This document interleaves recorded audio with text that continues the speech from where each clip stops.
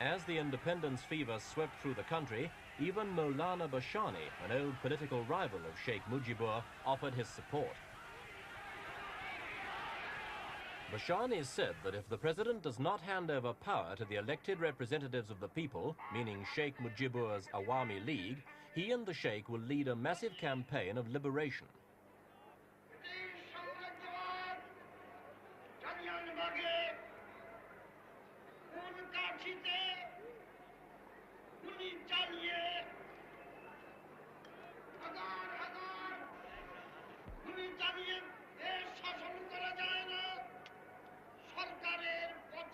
Bashani's pledge of support came with a warning to the Sheikh not to compromise with the president.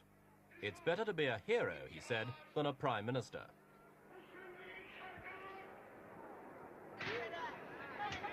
Meanwhile, 2 weeks of the Sheikh's non-cooperation policy had begun.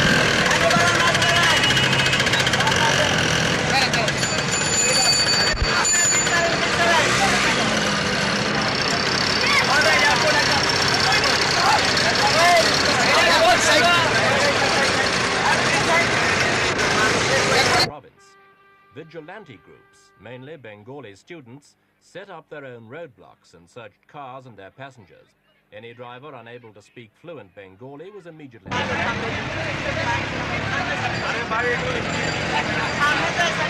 2 men broke away from their questioners and began running.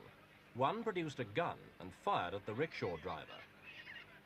He was chased, knocked down and stoned to death by a crowd of more than 1,000 people.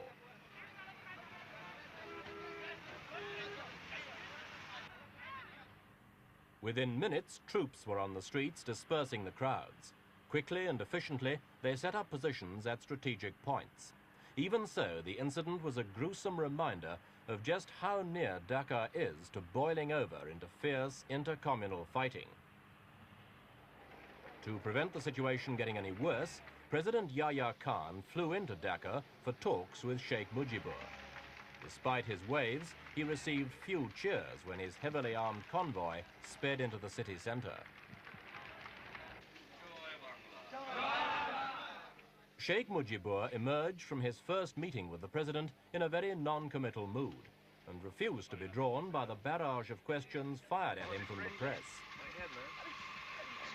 Kindly don't ask me any other questions. I have already answered. My discussion is going on about the political situation of this country. And discussion will continue because it is not a very matter of 1 or 2 minutes. You require sufficient time to discuss. And tomorrow 10 o'clock again I am meeting the president and discussing. Will some of your people be with you? If the Sheikh was thinking of a compromise, he certainly didn't tell his supporters, whose ringing nationalistic slogans followed his car through the streets of Dhaka.